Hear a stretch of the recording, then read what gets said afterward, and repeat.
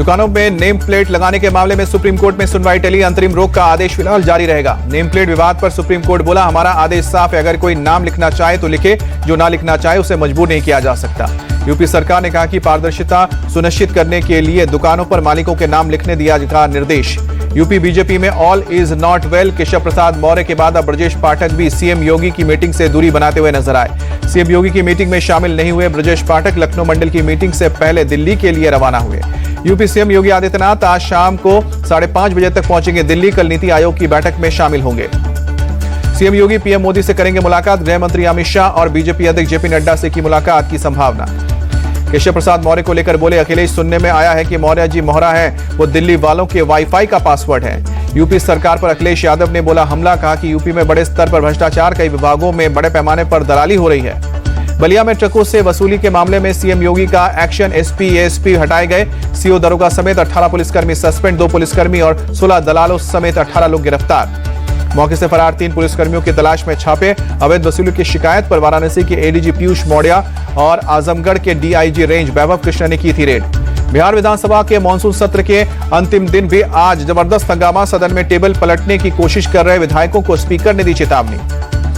विशेष राज्य के दर्जे की मांग को लेकर मुंबई में पहुंचे महागठबंधन के विधायक। मार्शल ने विधायकों के हाथ से पोस्टर छीना।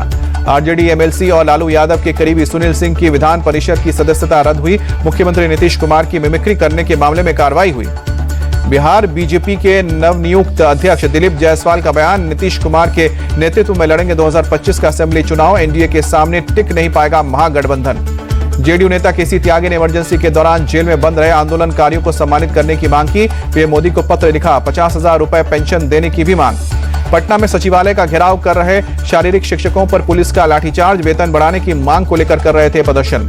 करगिल विजय दिवस की आज 25वीं बरसी। पीएम मोदी ने करगिल के द्रास में शहीदों को श्रद्धांजलि दी। पीएम ने पाकिस्तान पर निशाना साधते हुए कहा कि पाकिस्तान ने अविश्वासघात चेहरा दिखाया था। पाक के नापाक मंसूबे कभी कामयाब नहीं होंगे। पाक ने अपने इतिहास से कुछ नहीं सीखा। अग्निपथ योजना पर भी प्रधानमंत्री ने कहा कि सेना में रिफॉर्म पर राजनीति गलत है। अग्निपथ का लक्ष्य सेना को युवा बनाना है। अग्निपथ योजना से बढ़ेगी देश की ताकत। पीएम मोदी ने विपक्ष पर भी निशाना साधा। बोले कि कुछ लोगों की समझ में हैरान हूं कि देश के युवाओं को गुमराह ना करें, जवानों की आंखों में धूल ना झोंके। रक्षा मंत्री राजनाथ सिंह ने शहीदों को श्रद्धांजलि दी है। दिल्ली में राष्ट्रीय युद्ध स्मारक में जाकर शहीदों को नमन किया। अग्निवीर योजना को लेकर पीएम मोदी के बयान पर बोले, प्रमोद तिवारी, करगिल युद्ध भारत की विश्व विजयी सेना के कारण जीते थे, लेकिन अग्निवीरों को चीन और पाकिस्तान की सेवा पर खड़ा करना निर्दयता और क्रूरता है। अग्निपथ योजना पर पीएम के बयान पर बोले कीर्ति चिदंबरम, अग्निपथ योजना से सेना की क्षमता और सामर्थ्य को मजबूती नहीं मिलेगी। सपा सांसद अवधेश प्रसाद बोले, अग्निवीर योजना लाकर बीजेपी ने सेना का अपमान किया। इंडी गठबंधन की सरकार आएगी तो 24 घंटे में इस योजना को खत्म करेंगे। बीजेपी सांसद रवि किशन बोले, विपक्ष सेना में जाने वाले बच्चों को मनोबल तोड़ रहे हैं। नकारात्मक सोच के साथ ये लोग कैसे देश को आगे ले जाएंगे। नीति आयोग की बैठक में शामिल होंगी सीएम ममता बनर्जी। दिल्ली रवाना होने से पहले बंगाल के साथ किए जा रहे राजनीतिक भेदभाव के खिलाफ उठाएंगी आवाज। इनके मंत्री बंगाल को बांटना चाहते हैं, कहा। नीति आयोग की बैठक में झारखंड के सीएम हेमंत सोरेन भी होंगे शामिल। इंडिया ब्लॉक के बहिष्कार के बावजूद ममता बनर्जी भी हो रही हैं शामिल। महाराष्ट्र के सीएम शिंदे आज देर शाम दिल्ली के लिए रवाना होंगे। कल नीति आयोग की बैठक में शामिल होंगे। डिप्टी सीएम फडणवीस भी कल से 2 दिन के दिल्ली दौरे पर रहेंगे। मानहानि के मामले में सुल्तानपुर कोर्ट में पेश हुए राहुल गांधी। जज के सामने बयान दर्ज कराया। 2018 में अमित शाह पर की थी आपत्तिजनक टिप्पणी। यूपी के कांग्रेस के पूर्व चीफ अजय कुमार लल्लू ने बीजेपी पर लगाया आरोप। राहुल को गांधी को परेशान करने के लिए बीजेपी के नेता लगातार फर्जी केस दर्ज करा रहे हैं, कहा। 30 जुलाई को इंडी गठबंधन के नेता जंतर मंतर में करेंगे प्रदर्शन। जेल में बंद केजरीवाल के बिगड़ते स्वास्थ्य को लेकर प्रदर्शन होगा। बजट को लेकर मायावती का ट्वीट, कहा कि केंद्र सरकार ने राज्यों के साथ भेदभाव किया। केंद्र ने यूपी पर ध्यान नहीं दिया। केंद्र द्वारा देश व जनहित को सर्वोपरि रखना बहुत जरूरी। संजय राउत ने पीएम मोदी पर निशाना साधा। बोले कि पीएम मोदी ने नीतीश और चंद्रबाबू नायडू को फिरौती देकर अपनी कुर्सी बचाई है। उन्होंने पूरा पैसा कुर्सी बचाने के लिए दे दिया। रेल मंत्री अश्विनी वैष्णव बोले, 10 साल में रक्षा क्षेत्र में बड़े सुधार हुए हैं। रक्षा क्षेत्र में भारत आज आत्मनिर्भर बना है। बीजेपी राष्ट्र प्रथम के सिद्धांत पर चलती है। कांग्रेस के जमाने में सिर्फ घोटाले होते थे। संसद के बाहर कर्नाटक के बीजेपी सांसदों ने किया प्रदर्शन। कर्नाटक के चर्चित मूडा घोटाला विरोध में प्रदर्शन के दौरान बीजेपी सांसद बसवराज बोम्बई ने सीएम सिद्धरमैया का इस्तीफा मांगा। कहा कि कांग्रेस ने मूडा की संपत्ति लूटी है।